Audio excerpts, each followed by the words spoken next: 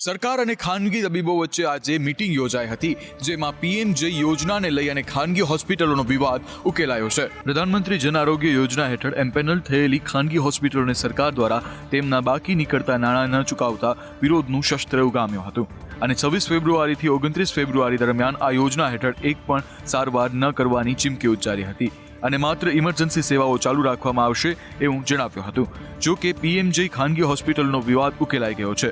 સરકાર અને ખાનગી તબીબો વચ્ચે બેઠક થતા વિવાદનો અંત આવ્યો છે અને મનસુખ માંડવિયા, ઋષિકેશ પટેલ સાથે બેઠકમાં સમાધાન કરાયું છે।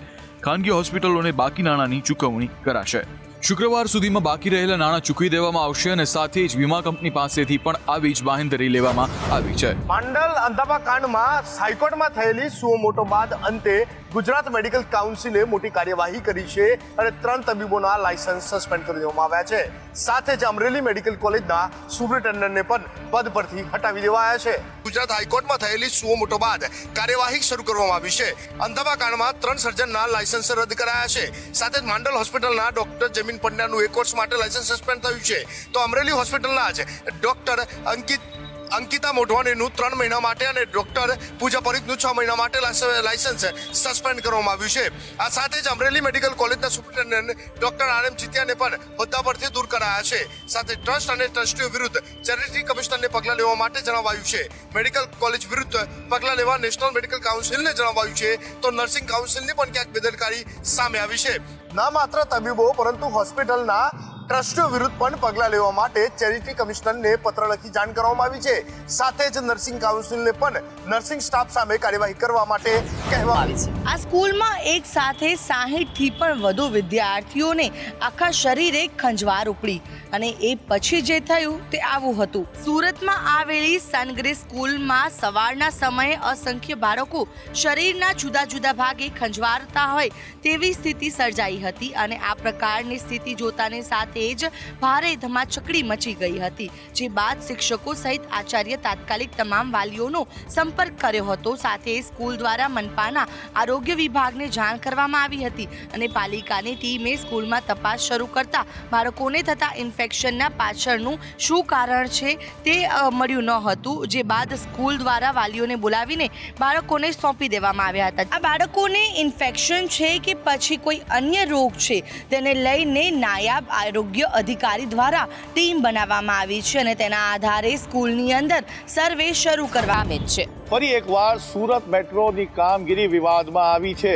જ્વાળામુખી સ્વરૂપની અંદર જમીનમાંથી કાદવ રસ્તા પર બહાર આવ્યું છે, તો ફરી એકવાર મહિધરપુરા સ્થિત આવેલા સિનેમા રોડની સામે એક ખાનગી હોટલ છે, જેના અંદરથી આ કીચડ બહાર આવ્યું હતું અને જે હોટલમાં રહેલા લોકો બહાર દોડી આવ્યા હતા। આજુબાજુના લોકોમાં પણ ભયનો માહોલ જોવા મળ્યો હતો, કારણ કે જ્વાળામુખી સ્વરૂપમાં આ જે કાદવ છે તે રસ્તા પર બહાર આવી રહ્યું હતું। તાત્કાલિકના ધોરણે મેટ્રોની ટીમને જાણ કરવામાં આવી હતી અને મેટ્રોની ટીમ ઘટના સ્થળે દોડી આવી હતી અને પોતાની કામગીરી શરૂ કરી હતી।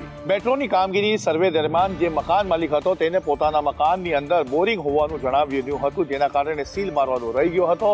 ડ્રિઝિંગનું કામ ચાલી રહ્યું હતું ત્યારે અચાનક જ આ કીચડ જે છે તે એ જ બોરિંગ થકે તે રસ્તા પર બહાર આવ્યું હતું। ભાવનગર જિલ્લામાં વીજ ચોરી બહુ જ થાય છે, આવું અમે નથી કહેતા, પરંતુ ભાવનગરના વીજ ચોરીના આંકડા જ કહી રહ્યા છે।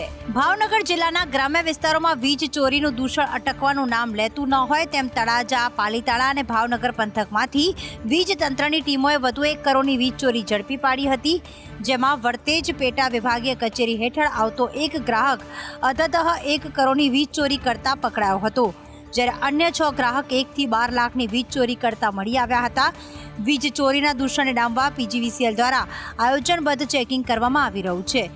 વીજ તંત્રની ચેકિંગ ઝુંબેશ દરમિયાન વર્તેજ પેટા વિભાગીય કચેરી હેઠળનો ગ્રાહક ભાઈલાલ ગીગાભાઈ મેતલિયા 1 કરોડની વીજ ચોરી કરતા રંગે હાથ પકડાયો હતો। વીજ ચોરીને લઈને 1.5 કરોડની દંડનીય કાર્યવાહી પણ કરવામાં આવી છે, પરંતુ હજી સુધી તપાસ ચાલી જ રહી છે। વડોદરાના ભાજપના પૂર્વ નગરસેવકને ધમકી મળી છે અને આ ધમકી જાનથી મારી નાખવાની મળી છે।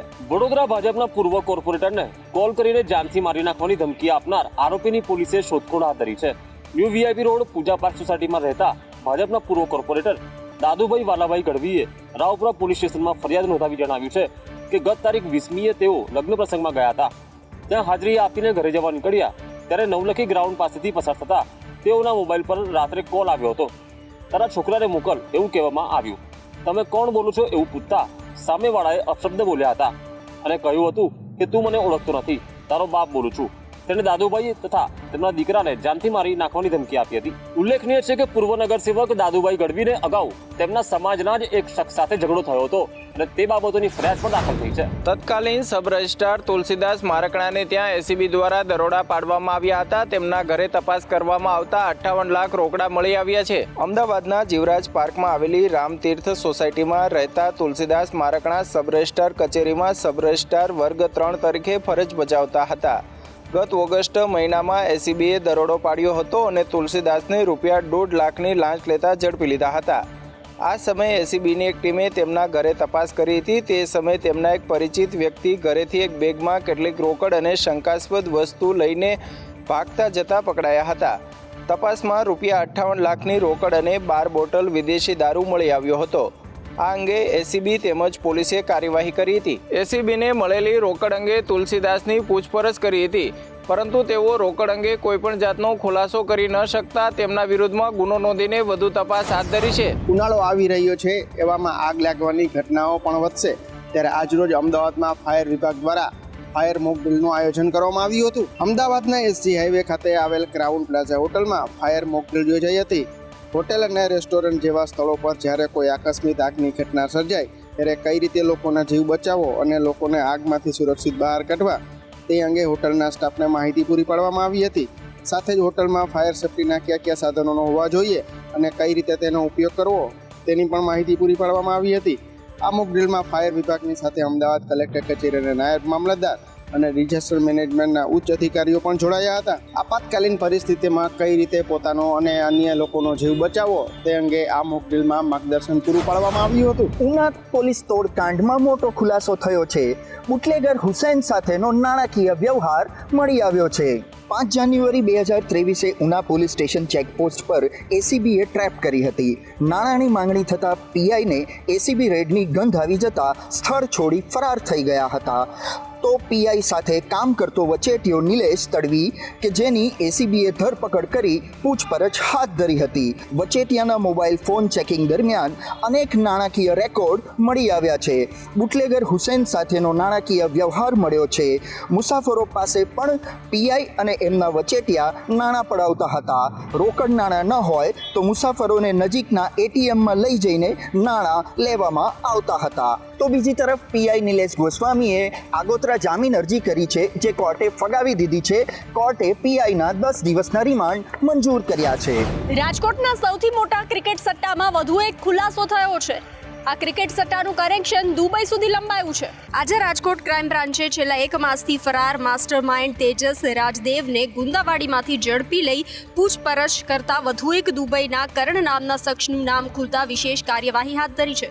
પોલીસ સૂત્રોના જણાવ્યા મુજબ રાજકોટમાંથી ઝડપાયેલા ક્રિકેટના મોટા સટ્ટામાં ક્રાઇમ બ્રાન્ચે અગાઉ 3 બુકીને ઝડપી લઈ નામ ખુલતા વાંકાનેરના ધારાસભ્યના ભાઈ રાજુ સોમાણી તેમજ પોપટ બંધુઓ નીરવ અને મોન્ટુની ધરપકડ કરી હતી, જેમાં ગોવાના ચંદ્રેશનું નામ ખુલ્યું હતું. પોલીસની વધુ તપાસમાં માસ્ટર માઇન્ડ તેજસ રાજદેવ વિદેશ નાસી ન જાય તે માટે રિપોર્ટ કર્યો હતો. તેમજ તેજસે દુબઈના કરણ પાસેથી આઈડી લીધી હોવાનું રટણ કરતા પોલીસે વધુ તપાસ હાથ ધરી છે. રાજકોટમાં પીએમના કાર્યક્રમની તૈયારીઓને આખરી ઓપ અપાઈ ગયો છે. 1 લાખ લોકો બેસી શકે તેવો વિશાળ ડોમ તૈયાર કરવામાં આવ્યો છે અને 35 LED સ્ક્રીન પણ લગાવવામાં આવી છે. પ્રધાનમંત્રી નરેન્દ્ર મોદી દ્વારા ગુજરાતના જુદા જુદા વિસ્તારોમાં વિકાસ કાર્યોના લોકાર્પણ અને ખાતમુહૂર્ત કરવામાં આવી રહ્યા છે. આવતીકાલે નરેન્દ્ર મોદી ફરી એક વખત રાજકોટમાં આવી રહ્યા છે. પહેલા તેમનો ભવ્ય રોડ શો યોજાશે, ત્યારબાદ સભા સ્થળ પર 5 ડોમની અંદર ખુલ્લી જીપમાં તેઓ લોકોની વચ્ચેથી પસાર થઈને સૌરાષ્ટ્રની જનતાનું અભિવાદન ઝીલશે. ત્યારબાદ કાર્યક્રમને લઈને વહીવટી તંત્રની સાથે ભારતીય જનતા પાર્ટી દ્વારા તડામાર તૈયારીઓને આખરી ઓપ આપવામાં આવી રહ્યો છે. રાજકોટના રેસકોર્સ મેદાનમાં દિલ્હી આગ્રાના કારીગરોએ 600 બાય 800 ફૂટનો વિશાળ ડોમ તૈયાર કર્યો છે. રાજકોટ આવીને પીએમ નરેન્દ્ર મોદી સૌરાષ્ટ્રના 48,000 કરોડના વિકાસ કાર્યોના ખાતમુહૂર્ત તેમજ લોકાર્પણ કરવાના છે.